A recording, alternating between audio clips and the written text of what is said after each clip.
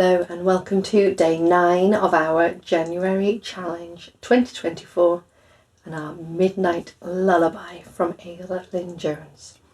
So we have another 4-bar phrase today. We're just going to go as far as the pause mark in the final bar of this. So not quite 4 full bars. And then the last beat we'll learn when we move on from here. We're down to mezzo forte, having been forte yesterday in that section. We're back down to mezzo forte, and then later on there's a rit, and we've got some useful fingering. Notice I didn't say tricky, useful fingering, okay? So I'll play it for you first. In fact, what I'd like to do is I'd like to play from yesterday into today. So I'm going to just do that for you so that you hear how this answers, but then we will focus in on learning today's. So this is yesterday's learning, bar 25. Okay, and here we go.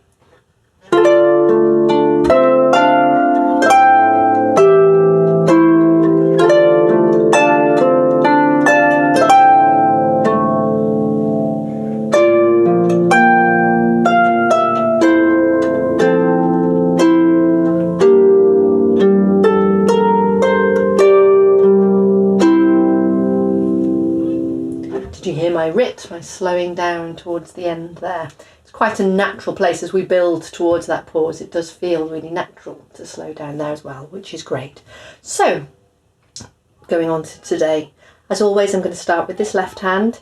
Lovely shapes. We've got the octave in the fifth, so we've got B, F, B in the left, and we play B, F, B. Then we're going to go down to an octave F. Then we're going to step up 1 octave G, and then we're going to come up to a C, C, G, C. So this whole midsection that we've been doing back from day 5 has all been in our sort of D minor area. It's kind of the related minor to the home key of F that we started in and that we're going to head back to shortly. And this section is how it transitions back from being in this D minor section where we've been,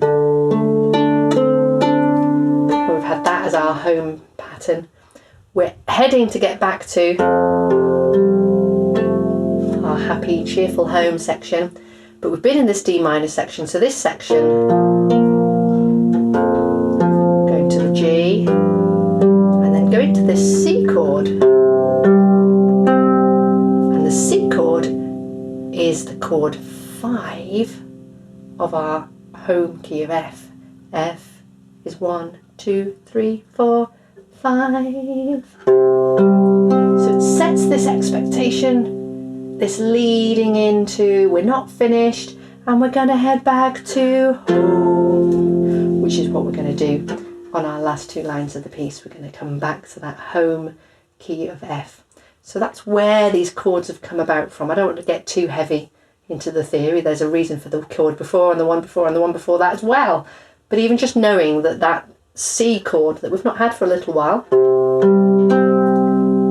is the perfect step back to our F chord. Okay, so that's the left hand. B, F, B, F octave, G octave, going to the C, G, C. Now, top hand, quite full, quite busy. So we start with, there's no arpeggios again, F, B and D, so nice and straight, much like we did on day 6 where we had the bigger gap between 3 and 2. So we have that chord nice and straight, then we're leaping up to G, F, E, 3 in a row. We play the G, we play the F, and before we play the E we're going to start taking our thumb over to the red. It's like doing a scale where we cross over, but we've leapt over a string in the middle. Okay, so G, F, crossover. Once we've landed firmly on that C, and I've tried to keep my thumb nice and high as I do so, not down here, which ends up pushing other fingers out of the way. These fingers went in, my thumb can now come over here, and you see how I'm pushing my hand down, it's travelling with me. I can play that finger 3, and then I can open up my hand, and that's now the top note of the next bar and of the chord there. which is the same shape as my first chord was here. So C to A and then the bigger gap to 3. Okay, so before we move on beyond that, I'd like to just sort of try that move again. So let's just go from the G, F, E, and I'll talk you through it once and then we'll do it more in time. So play the G, bit of time, play finger 2, now cross over with your thumb even while your third finger is still touching. Play finger 3 and let your hand rotate back round, undoing the twist that you put in to get your thumb there, undoing that rotation, opening up beautifully onto these, and then you can play it as a chord together. We go. Okay, now we're going to try that more in time. So we're going to go da da da bo. Okay, give it a go. The count I'm going to give you is not much. It's going to be a 1 and boom. Okay, ready? 1 and cross and. Okay, so not a lot of time on it. Let's try that again. Shake your arm out if you need to. And we'll come back on. G, F, E, 3 in a row. The first note's a crotchet, a quarter note, so nice long beat in this speed. Ready for our count? 1 and. Good. Okay, fabulous. Let's just add the chord before that, which was the F, B, D, 1 note higher than where we've just played. So we have, then we leap up, and we're going to cross over. Okay, so let's do that together. I'll count you in. So I'll give you a full bar. 1 and 2 and 3 and to the G and crossing. Good, and you might need to do that plenty more times. You might want to pause this video and practice that for a little bit before you move on. Having landed and played that chord beautifully, we then keep the same size gap, but we're going to the A and the C without finger 2 engaged. Still 1 and 3, they were the outer notes here. Still the outer notes there, 1 and 3. Play that together. Back up to the thumb on the C. This has just followed the pattern up to an E. Leaping down to thumb on the G, and we're bringing finger 2 back in. It's now B, D and G. I quite like this shape because we're all engaged near colours. You've got B and D either side of your red and your thumb above that black on the G there. So we play that as a chord. So we've just played thumb on the G. Our next note is 1 step up, but we're going to have all 4 fingers on, all 4 in a row. So the A, the B and the C that you see at the end of that bar, and then thumb on the D, which is the beginning of our next chord. So we play the 4, we play the 3, we play the 2, then we open up a triad with our thumb nicely firmly attached, and then we have our chord.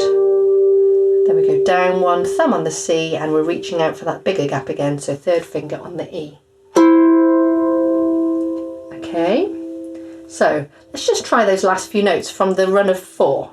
So we're going to go A, B, C, triad, and then stepping down and reaching open. Okay, let's just try that together. So you've got 4 in a row, A, B, C, D, and my counting will be 1 and 2, play, play, play. Okay, ready? Let your shoulders come down. Here we go. 1 and 2. Chord. And lovely, maybe give that a bit of a shake and then we'll try again. Notice how lovely and low my fingers are compared to my thumb. Nice bit of room in here. Not all scrunched up, nice bit of room. My elbows out, which really helps too. Here's our count, same thing. 1 and 2. And brilliant. Okay, we're just going to add the chord before that, the one at the beginning of this third bar. So thumb on the G, fingers 2 and 3 either side of the red. This is just where it's marked up writ. From this chord, we're just going to move to those notes we've just done, 4 in a row. And you might want to practice that. Give that a little squeeze, get the chord on, give it a squeeze, and then practice moving and boofing, putting all 4 notes on at once. Okay, and we'll try it together now. Beginning of the bar, so I'll give you a full bar's count. 1 and 2 and 3 and ready and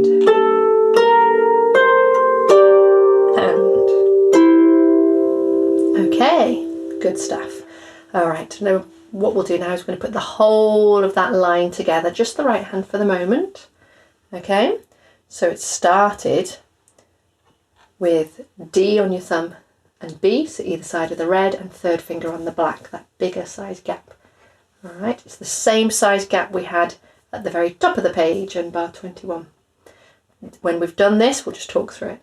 When we've done this, we go up to 3 in a row, and then we're going to cross over with our thumb and open up to that shape C, A and E there. Then we're going down to C and A, up to E and C, down to this chord that I like, one above the black, either side of the red. Okay, then we're leaping to the 4 in a row, then the triad, and then our final chord. Keep breathing. Okay, bear in mind the pattern, the melody that's going on here is just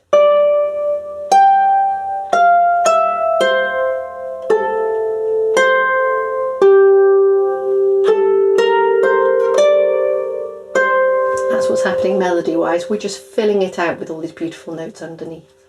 Okay, so bar 29, beginning of the line, right hand. Keep breathing. I'm going to do it really slow to just try and give you time to keep track and move to that next section. All right, here's our count. 1 and 2 and 3 and G. Going to cross over now and going down to that chord I like, moving up 4 in a row, triad, and good effort, good effort. So you might want to do a bit more of that. However, let's bring this left hand in as well so that we're really pulling the whole package together. Okay, so underneath that opening chord, that chord there, we have B, F, B in the left. And even if you just play and just breathe there for a minute, and you just practice that move so that you've really thought about what's happening where. And then you can move that on. So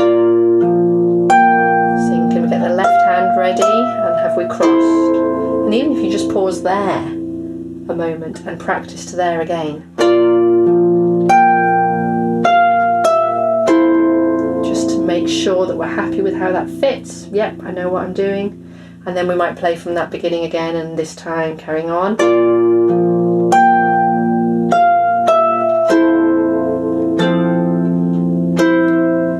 Now, this third bar, we've got that chord that I've told you I like, which you now know what it is.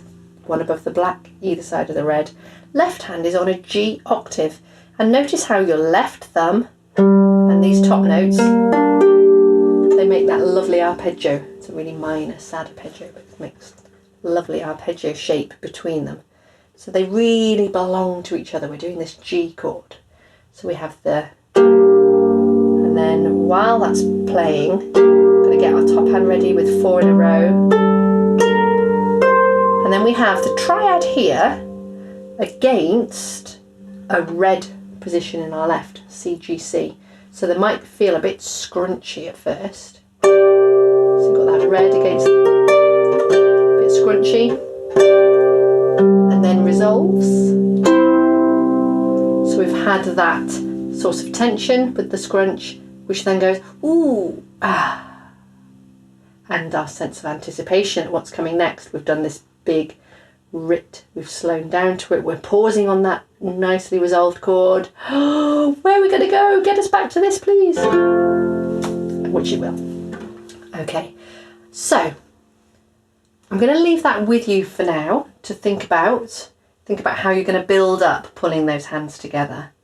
I know that was more of a listen along in that last few minutes there, but just to give you a way of going, right, I'm just going to build up to there, now I'm going to build up to there, giving you the skills of how to practice it.